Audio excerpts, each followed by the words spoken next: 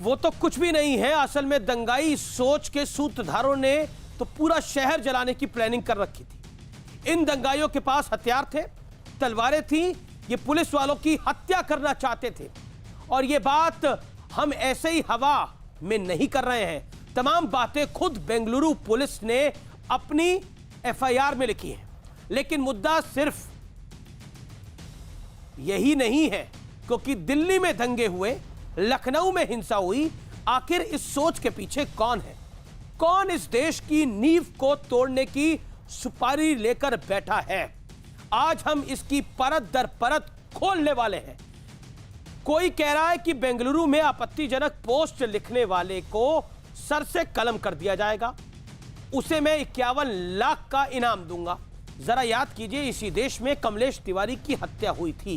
क्या कुछ लोग इस देश में फैसला ऑन द स्पॉट करने वाली जहरीली सोच के साथ मैदान में उतर गए हैं? उतरेंगे नहीं, उतर गए हैं। हालांकि 51 लाख के इनाम की घोषणा करने वाला शाजेब रिजवी यूपी की पुलिस के डर से दुम दबाकर भागता फिर रहा है, फरार है। लेकिन सवाल यह है कि क्या इस देश में आग लगाकर संविधान की रक्षा होगी? आखिर इस बारूदी सोच का सूत्रधार कौन है? इसी पर होगी देश की सबसे बड़ी बहस। दंगाई सोच से आजादी कब? हम आजादी का जश्न मना रहे हैं, लेकिन मैं आज सवाल पूछता हूं इस देश की जनता के सामने, इन बारूदी सोच वालों से, इन दंगाई सोच वालों से, कि सोच से आजादी कब, जो सिर्फ और सिर्फ दंगे की बात करती है। संविधान बचाने के नाम पर यह सुप्रीम कोर्ट को ताक पे रख देते हैं।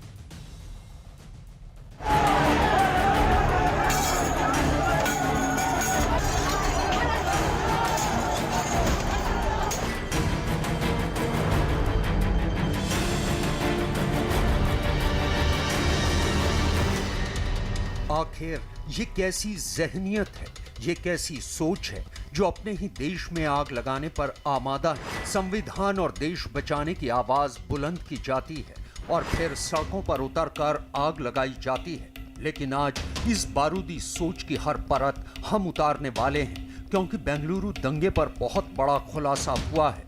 बेंगलुरु की एफआईआर में कहा गया है कि 800 दंगाइयों की भीड़ ने विधायक का घर घेरा था। इस भीड़ के मंसूबे बहुत ही खतरनाक थे। ये भीड़ हथियारों और तलवारों से पूरी तरह लैस थी। पूरे राज्य को खून खराबे की आग में झोंकने की योजना थी। पुलिस वालों को जान से मारने की हुई थी कोशिश। कर्नाटक के गृह मंत्री बसवराज बोम्मई ने एसडीपीआई को हिंसा का जिम्मेदार ठहराया है। साथ ही खुलासा हुआ है कि हिंसा के आरोप में गिरफ्तार एसडीपीआई के कलीम पाशा की पत्नी कांग्रेस की पार्षद हैं। ये भी कहा जा रहा है कि दंगे की पूरी प्लानिंग काफी दिनों से चल रही थी और बस एक चिंगारी भड़कने का इंतजार किया जा रहा था। अब बेंगलुरु में एसडीपीआई को बैन करने की मांग जोर पकड़ चुकी है। साथ ही ये कहा जा रहा है कि दंगाइयों से पैसा वसूल कर नुकसान की भरपाई की जाए। कर्नाटक सरकार भी जल्दी ही इस पर फैसला लेने वाली है। ಈಗ ಯಾರು ದಂಗೆ ಮಾಡಿ ರಾಜ್ಯದ ದೇಶದ ಆಸ್ತಿನ ಹಾಳು ಮಾಡಿದ್ದಾರೆ ಅದನ್ನ ಅವರ ಹತ್ರನೇ ವಸೂಲಿ ಮಾಡಬೇಕು ಅನ್ನೋದು ಒಂದು ಚರ್ಚೆ ಆಗಿ ಒಂದು ರೂಪಕ್ಕೆ ಬರ್ತಾ ಇದೆ।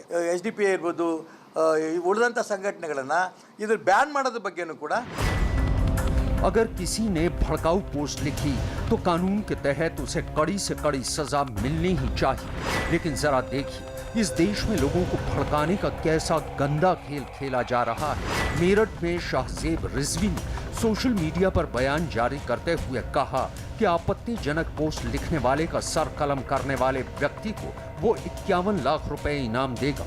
ये गंदी सोच का शख्स अब यूपी पुलिस के डर से भागा फिर रहा है।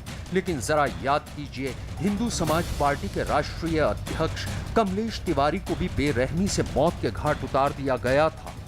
उस युवक को जो हुजूर की शान में गुस्ताखी की है, उस युवक का जो सर कलम करके लाएगा उसे मैं 51 लाख रुपए का नकद इनाम दूंगा। लेकिन सवाल है कि आखिर समाज में बारूदी सोच क्यों आ रही है?